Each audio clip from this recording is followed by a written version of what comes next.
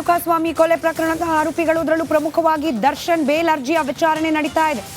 ಕೋರ್ಟ್ನಲ್ಲಿ ಮತ್ತೆ ಪ್ರಬಲ ವಾದವನ್ನ ಮಂಡಿಸುತ್ತಿದ್ದಾರೆ ಸಿ.ವಿ. ನಾಗೇಶ್. ಶತಾಯ ಗತಾಯ ತಮ್ಮ ಕಕ್ಷಿದಾರರಿಗೆ ಬೇಲ್ ಕೊಡಿಸಲೇಬೇಕು ಅನ್ನೋ ಪಣವನ್ನ ತೊಟ್ಟಂತಿದೆ ಸಿ.ವಿ. ನಾಗೇಶ್ ಅವರು. ಮೊನ್ನೆ ಸತತವಾಗಿ 3 ಗಂಟೆಗಳ ಕಾಲ ವಾದ ಮಂಡಿಸಿದ್ರು. ಇವತ್ತು 1 ಗಂಟೆಯಿಂದ ನಿರರ್ಗಳವಾಗಿ ವಾದ ಮಂಡಿಸ್ತಾ ಇದ್ದಾರೆ ಸಿ.ವಿ. ನಾಗೇಶ್. ಪ್ರಕರಣದ ತನಿಖೆಯ ಹಾದಿಯಲ್ಲಿ ತನಿಖಾಧಿಕಾರಿಗಳು ಮಾಡಿರುವ ಕೆಲವೊಂದಷ್ಟು ಲೂಪ್ ಹೋಲ್ಗಳನ್ನು ಮುಂದಿಟ್ಕೊಂಡು ಪ್ರಶ್ನೆ ಮಾಡ್ತಿದ್ದಾರೆ. ಕೋರ್ಟ್ನಲ್ಲಿ ಪ್ರಬಲವಾದ ವಾದ ಮಂಡನೆಯನ್ನ ಮುಂದುವರೆಸಿದ್ದಾರೆ ಸಿ.ವಿ. ನಾಗೇಶ್ ಅವರು. ದರ್ಶನ್ಗೆ ಜಾಮೀನು ಕೊಡಿಸುವ ಸಲುವಾಗಿ ಪ್ರಬಲ ವಾದ ಮಂಡನೆ ಮುಂದುವರೆದಿದೆ. ಸತತ 1 ಗಂಟೆಗಳಿಂದ ವಾದ ಮಂಡನೆಯನ್ನ ಮಾಡ್ತಿದ್ದಾರೆ ಸಿ.ವಿ. ನಾಗೇಶ್ ಅವರು. ಸಿ.ವಿ. ನಾಗೇಶ್ ಅವರ ವಾದ ಮುಕ್ತಾಯವಾದ ನಂತರದಲ್ಲಿ ಬೇಲ್ ಸಿಕ್ಕೇ ಬಿಡ್ತಾ ಅನ್ನೋ ಪ್ರಶ್ನೆಗೆ ಸ್ಪಷ್ಟವಾದ ಉತ್ತರ ಇಲ್ಲ. ಇನ್ನು ಎಸ್.ಪಿ.ಪಿ. ಪ್ರಸನ್ನ ಕುಮಾರ್ ಅವರು ಕೂಡ ವಾದ ಮಂಡನೆ ಮಾಡೋದಿದೆ. ಹಾಗೆ ಪವಿತ್ರ ಗೌಡ ಕೂಡ ಪ್ರತ್ಯೇಕವಾಗಿ ಜಾಮೀನಿಗೆ ಅರ್ಜಿ ಸಲ್ಲಿಸಿರೋದ್ರಿಂದ ಪವಿತ್ರ ಗೌಡ ಪರ ವಕೀಲರಿಗೂ ಕೂಡ ವಾದ ಮಂಡನೆಗೆ ಅವಕಾಶ ಇರುತ್ತೆ. So this will be a long process. ಇವತ್ತೇ ಮುಗಿಯೋ ಹಂತದ ವಾದ ಪ್ರತಿವಾದದ ರೀತಿಯಲ್ಲಿ ಕಂಡು ಬರ್ತಾ ಇಲ್ಲ. ಜಾಮೀನು ಕೊಡಿಸೋಕೆ ಪ್ರಬಲವಾದ ವಾದವೇನೋ ಮಂಡನೆ ಮಾಡ್ತಿದ್ದಾರೆ. ಆದರೆ ಇದಕ್ಕೆ ಕೌಂಟರ್ ಪ್ರತಿವಾದ ಮತ್ತಷ್ಟು ಪ್ರಬಲವಾಗಿ ಎಸ್.ಪಿ.ಪಿ. ಪ್ರಸನ್ನ ಕುಮಾರ್ ಅವರು ಮಂಡಿಸುವ ನಿರೀಕ್ಷೆ ಇದೆ. ನಾವು ಗಮನಿಸಿದ್ವಿ, ಕಳೆದ ಬಾರಿ ಕೂಡ ಸೆಷನ್ಸ್ ನ್ಯಾಯಾಲಯದಲ್ಲೂ ಕೂಡ ಸಿ.ವಿ. ನಾಗೇಶ್ ಅವರ ವಾದ ಮಂಡನೆಯನ್ನ ಗಮನಿಸಿ ಇನ್ನೇನು ಸಿಕ್ಕೇ ಬಿಡ್ತು ಬೇಲ್ ದರ್ಶನ್ಗೆ ಅಂತೇಳಿ ವಿಶ್ಲೇಷಣೆ ಮಾಡಲಾಗ್ತಾ ಇದೆ. ಆದರೆ point to point CV. Nagesh ಅವರ ವಾದದ ಪ್ರತಿ ಅಂಶಕ್ಕೂ ಕೂಡ ಕೌಂಟರ್ ರಿಯಾಕ್ಷನ್ ಅನ್ನ ಕೊಟ್ಟಿದ್ರು ಎಸ್.ಪಿ.ಪಿ. ಪ್ರಸನ್ನ ಕುಮಾರ್ ಅವರು. ಹೀಗಾಗಿ ಸೆಷನ್ಸ್ ಕೋರ್ಟ್ ದರ್ಶನ್ಗೆ ಜಾಮೀನನ್ನ ನಿರಾಕರಣೆ ಮಾಡಿತ್ತು. ಇದೀಗ ಹೈಕೋರ್ಟ್ನಲ್ಲಿ ಪ್ರಶ್ನೆ ಮಾಡಲಾಗಿದೆ. ವಾದ ಮಂಡನೆ ಮುಂದುವರೆದಿದೆ. ಇನ್ನು ಪೊಲೀಸರು ಒದಗಿಸಿರುವ ಸಾಕ್ಷ್ಯಗಳ ವಿಚಾರದಲ್ಲಿ ಒಂದಷ್ಟು ಸುಳ್ಳು ಸೃಷ್ಟಿ, ಸುಳ್ಳು ಆರೋಪ ಕಂಡು ಬರ್ತಾ ಇದೆ ಅನ್ನೋದು ದರ್ಶನ್ ಪರ ವಕೀಲರ ಗಂಭೀರವಾದ ಆರೋಪ. ಸಿ.ವಿ. ನಾಗೇಶ್ ಅವರ ಆರೋಪ.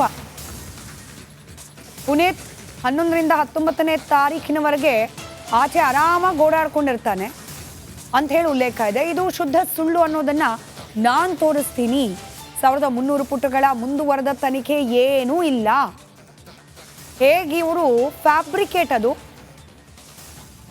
ಬ್ರೇಕಿಂಗ್ ಅಲ್ಲಿ ಫ್ಯಾಬ್ರಿಕೇಟ್ ಆಗಿದೆ, ಅದನ್ನು ಸರಿಪಡಿಸ್ಕೊಂಡು ನಾವು ನೋಡೋದಾದ್ರೆ ಫ್ಯಾಬ್ರಿಕೇಟ್ ಯಾವ ರೀತಿಯಾಗಿ ಫ್ಯಾಬ್ರಿಕೇಟ್ ಮಾಡಿದ್ದಾರೆ ತನಿಖಾಧಿಕಾರಿಗಳು ಸಾಕ್ಷಿಗಳನ್ನ ಅನ್ನೋದನ್ನ ನಾನು ವಿವರಿಸ್ತೇನೆ ಅಂತ ಹೇಳಿ ಸಿ.ವಿ. ನಾಗೇಶ್ ಅವರು ತಮ್ಮ ವಾದವನ್ನ ಮುಂದುವರೆಸಿದ್ದಾರೆ. ಸತತ 3 ಗಂಟೆಗಳ ವಾದ ಮಂಡನೆ ಮೊನ್ನೆ ಮಾಡಿದ್ರು. ನೆನ್ನೆ ಮೊನ್ನೆ ಎಲ್ಲ ಇದೇ ವಿಚಾರಕ್ಕೆ ಸಂಬಂಧಪಟ್ಟಂತೆ ವಾದ ಮಂಡನೆ ಆಗಿತ್ತು ಸಿ.ವಿ. ನಾಗೇಶ್ ಅವರ ಕಡೆಯಿಂದ. ಇದೀಗ ಅದರ ಮುಂದುವರೆದ ಭಾಗ ದರ್ಶನ್ ಪರವಾಗಿ ಅವರಿಗೆ ಬೇಲ್ ಕೊಡಿಸುವ ಸಲುವಾಗಿ ವಾದ ಮಂಡನೆಯನ್ನ ಮುಂದುವರೆಸಿಕೊಂಡು ಹೋಗಿದ್ದಾರೆ. ಈ ಪುನೀತ್ ಅನ್ನೋ ಒಬ್ಬ ಆರೋಪಿಯ ಬಗ್ಗೆ ಈಗ ವಾದ ಮಂಡನೆ ಮಾಡ್ತಿದ್ದಾರೆ. 9ನೇ ತಾರೀಕು ಬೆಂಗಳೂರಿಗೆ ಬಂದಿದ್ದ, 10ನೇ ತಾರೀಕು ಡ್ಯೂಟಿಗೆ ಹೋಗಿದ್ದಾನೆ. ಆದರೂ ಆತನ ಬಳಿಯಿಂದ ಹೇಳಿಕೆಯನ್ನು ದಾಖಲಿಸ್ಕೊಳ್ಳಿಕ್ಕೆ ತಡ ಮಾಡಿದ್ದಾರೆ. ಯಾಕೆ ಡಿಲೇ ಆಗಿದೆ ಪುನೀತ್ ಹತ್ರ ಸ್ಟೇಟ್ಮೆಂಟ್ ತಗೊಳ್ಳೋಕ್ಕೆ ಅನ್ನೋದು ಎಸ್.ಪಿ.ಪಿ. ಪ್ರಸನ್ನ ಕುಮಾರ್ ಅವರ ವಾದದ ಭಾಗ. ಈಗ ತನಿಖಾಧಿಕಾರಿಗಳು ಸಾಕ್ಷಿ ಅಂತ ಹೇಳಿ ಯಾರನ್ನೇ ಪರಿಗಣಿಸಿ ಹೇಳಿಕೆಗಳನ್ನು ದಾಖಲಿಸಿದ್ರು ಕೂಡ ಯಾವ ಸಂದರ್ಭದಲ್ಲಿ ಹೇಳಿಕೆಯನ್ನು ಪಡೆದಿದ್ದಾರೆ ಅನ್ನೋದು ಕೂಡ ಬಹಳ ಮುಖ್ಯ ಆಗುತ್ತೆ.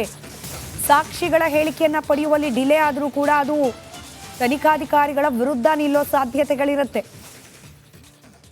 8ನೇ ತಾರೀಕು ಮರ್ಡರ್ ನಡೆಯುತ್ತೆ. 9ನೇ ತಾರೀಕು ಬೆಂಗಳೂರಿನಲ್ಲೇ ಇದ್ದ ಪುನೀತ್ ಅವರಿಂದ ಹೇಳಿಕೆಯನ್ನ ಪಡೆಯೋಕೆ ಯಾಕೆ ಡಿಲೇ ಆಯಿತು ಅನ್ನೋದನ್ನ ಪ್ರಶ್ನೆ ಮಾಡಿದ್ದಾರೆ. ಅವನು ಬೆಂಗಳೂರು ಬಿಟ್ಟು ಎಲ್ಲೂ ಹೋಗೇ ಇರಲಿಲ್ಲ, ಆತ ಆರಾಮಾಗಿ ಓಡಾಡ್ಕೊಂಡಿದ್ದ ಅನ್ನೋದಕ್ಕೆ ಸಾಕ್ಷ್ಯಗಳನ್ನ ಸಲ್ಲಿಸಿದ್ದಾರೆ. ಇದಕ್ಕೂ ಮೊದಲು ಯಾಕೆ ಸಾಕ್ಷ್ಯ ಸಲ್ಲಿಸಿರಲಿಲ್ಲ, ಈಗ ಅಡಿಷನಲ್ ಚಾರ್ಜ್ ಶೀಟ್ನಲ್ಲಿ ಅದ್ರ ಬಗ್ಗೆ ಎಲ್ಲ ಉಲ್ಲೇಖ ಮಾಡಿದ್ದಾರೆ.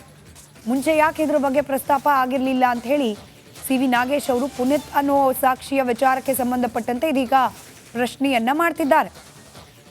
ಸಿ.ವಿ. ನಾಗೇಶ್ ಅವರ ವಾದ ಮಂಡನೆಯ ವೈಖರಿಯೇ ಅದು, ಸ್ಪೆಷಾಲಿಟಿನೇ ಅದು.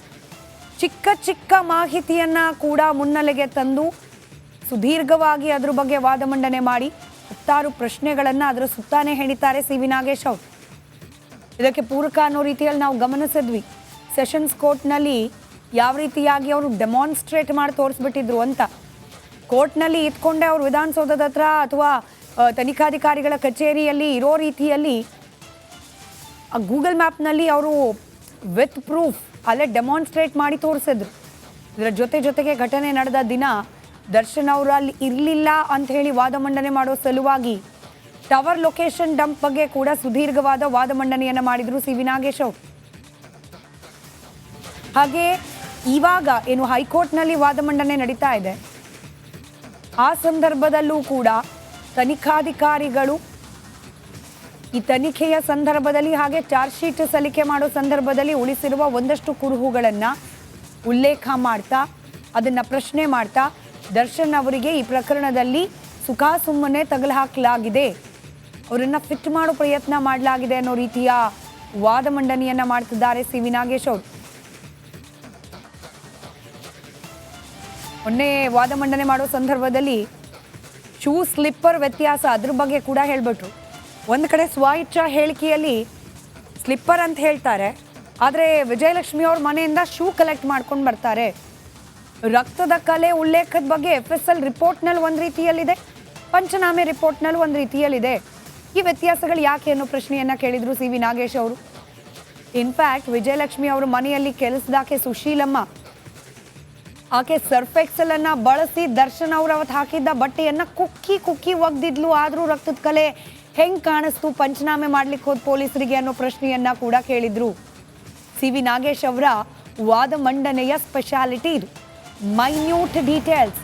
ತನಿಖಾಧಿಕಾರಿಗಳು ಚಾರ್ಜ್ ಶೀಟ್ನಲ್ಲಿ ಉಲ್ಲೇಖ ಮಾಡಿರುವ ಚಿಕ್ಕ ಸಂಗತಿಗಳನ್ನು ಕೂಡ ಮುಂದಿಟ್ಟು ಪ್ರಶ್ನೆ ಮಾಡಿ ಒಂದಕ್ಕೊಂದು ಸಂಬಂಧ ಇಲ್ಲ ಅನ್ನೋ ರೀತಿಯಲ್ಲಿ ಎಸ್ಟಾಬ್ಲಿಷ್ ಮಾಡಿ ಒಂದಷ್ಟು ಗೊಂದಲಗಳಿದೆ ಅನ್ನೋದನ್ನು ನ್ಯಾಯಮೂರ್ತಿಗಳ ಸಮ್ಮುಖದಲ್ಲಿ ಬಹಿರಂಗಪಡಿಸಿ ತಮ್ಮ ಕಕ್ಷಿದಾರರ ತಪ್ಪಿಲ್ಲ ಅನ್ನೋದನ್ನು ಪ್ರೂವ್ ಮಾಡುವ ಪ್ರಯತ್ನವನ್ನು ಮಾಡ್ತಾ ಹೋಗ್ತಾರೆ. ಎನಿವೆ, ಮತ್ತೊಮ್ಮೆ ನೆನಪು ಮಾಡ್ಕೊಳ್ಳೋದಾದರೆ, ಇನ್ನು ರೇಣುಕಾಸ್ವಾಮಿ ಕೊಲೆ ಪ್ರಕರಣದಲ್ಲಿ ದರ್ಶನ್ ಅವರು ಆರೋಪಿ ಮಾತ್ರನ ಅಪರಾಧಿನ ಅನ್ನೋದ್ರ ಬಗ್ಗೆ ವಾದ ಮಂಡನೆ ಪ್ರಾರಂಭ ಆಗೇ ಇಲ್ಲ. ಕೇಸ್ನ ವಿಚಾರಣೆ ಇನ್ನೂ ಆರಂಭ ಆಗಿಲ್ಲ. ಈ ವಿಚಾರಣೆ ಆಗ್ತಾ ಇರೋದು ಕೇವಲ ಬೇಲ್ ಅಪ್ಲಿಕೇಶನ್ಗೆ ಸಂಬಂಧಪಟ್ಟಂತೆ. ವಾದವನ್ನು ಮುಂದುವರಿಸಿದ್ದಾರೆ. ಪುನೀತ್ ಹೇಳಿಕೆ, ಸ್ವಇಚ್ಛಾ ಹೇಳಿಕೆ ಅಥವಾ ಪೊಲೀಸರ ಸಮ್ಮುಖದಲ್ಲಿ ನೀಡಿದ ಹೇಳಿಕೆ, ಅದ್ರ ಬಗ್ಗೆ ಉಲ್ಲೇಖ ಮಾಡ್ತಿದ್ದಾರೆ. ಪುನೀತ್ 11ನೇ ತಾರೀಕು ಕೆಲಸಕ್ಕೆ ಬಂದಿರ್ತಾನೆ, ಅದ್ರ ಬಗ್ಗೆ ಮಾಹಿತಿಗಳಿದೆ. ಆದರೆ ಪೊಲೀಸರ ಮುಂದೆ ದಾಖಲಾಗಿರುವ ಹೇಳಿಕೆಯಲ್ಲಿ 11ನೇ ತಾರೀಕು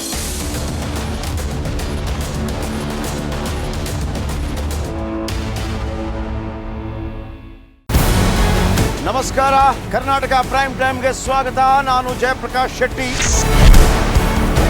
ಇಡೀ ಕರ್ನಾಡು ಇವತ್ತು ರೆಬೆಲ್ ಆಗಿ ನಿಂತಿದೆ. ಈ ಹಗರಣಗಳನ್ನು ಸದನದಲ್ಲಿ ಪ್ರಸ್ತಾಪ ಮಾಡಲು ಕೂಡ ಕಾಂಗ್ರೆಸ್ ಹಿಂದೇಟು ಹಾಕಿದ್ದೇಕೆ?